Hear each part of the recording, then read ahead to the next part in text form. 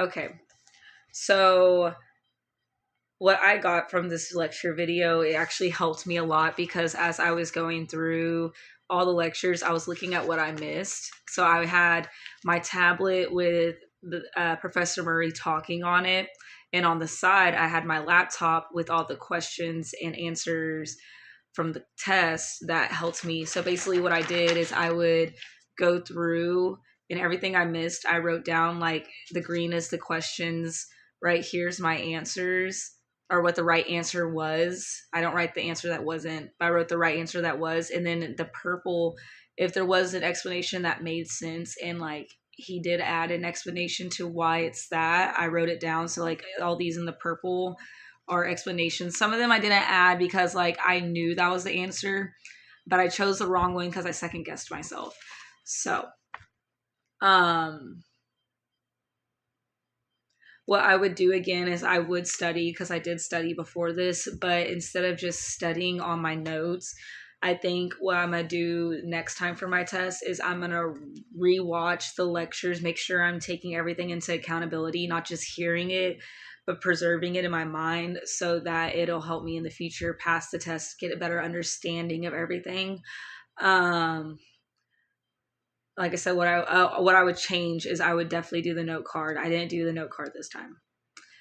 I didn't think I needed it because I was like, oh, I've watched every lecture, I've taken notes on everything, I've studied all my notes, I should be fine. And I wasn't, because there's some things that like just kind of flew past my mind and I'm just like, oh crap, what do I do from here, you know? I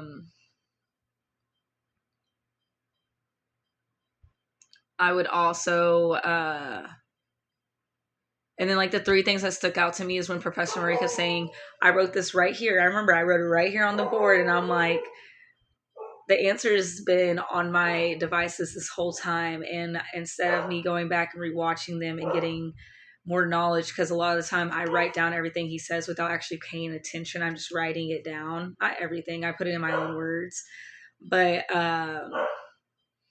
that helped a lot. Another big thing was that stood out to me is I got a lot more questions right than I should have gotten wrong. And the reason why I say that is because there's a lot of questions I went back and forth on. Like before I answered all my questions.